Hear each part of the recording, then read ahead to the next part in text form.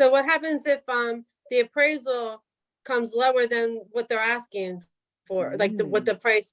How about if the house is up for say 200,000 and the appraised value is say 150? Is there any negotiating there saying, hey, Well, Good question. what happens? I mean, that's a crazy dip, and it does happen.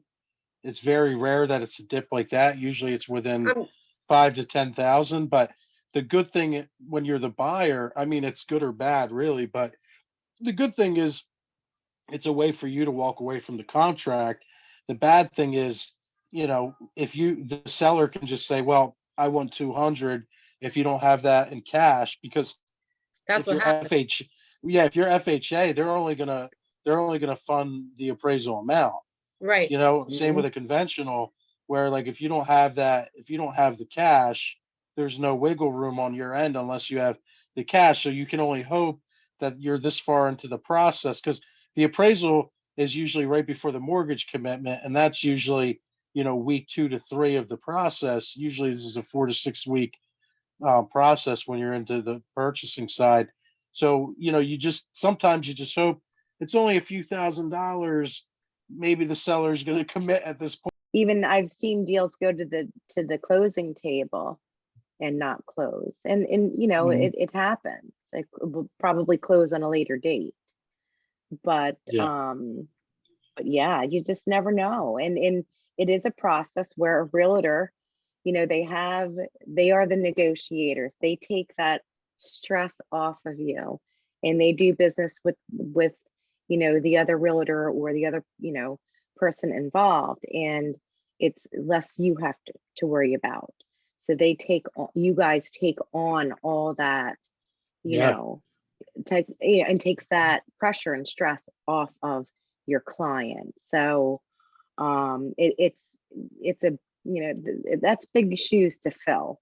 So just thank you for what you do, by the way. Yeah, of And course. No. it does become a relationship, of a network as a new beginning, and I love that.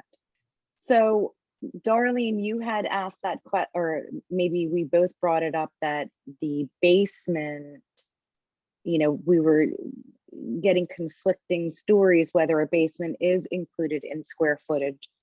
And then we thought maybe if it was finished, it could be, or had a bedroom, we could count it. But Mark, can you set the story straight? Do basements count in square footage, regardless of whether they're finished, have a bedroom, an exit, you name it? Yeah. Are they included? They are, and upon the further research I did, so from our previous conversation, I was wrong, and it's something to do with the foundation, and I know, like, you can obviously advertise finished basement, extra living area, or I mean, you wouldn't most of the time put a dining room downstairs, but you can advertise the rooms that may be finished in the basement, but they do not count as livable square footage. How about that? So we finally have this mystery solved, Mark. Thank you so much for Yeah. that. And it is nice. I mean, it's nice, to see that that's, an added,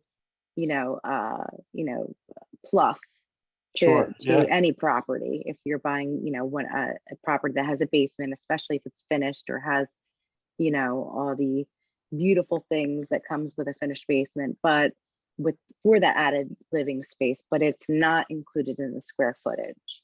Yeah. So that's a big, that's a big plus, I think, for people who buy a home that has a basement, well, finished or not. Absolutely. It is added space that they don't calculate in that square footage. So that's important.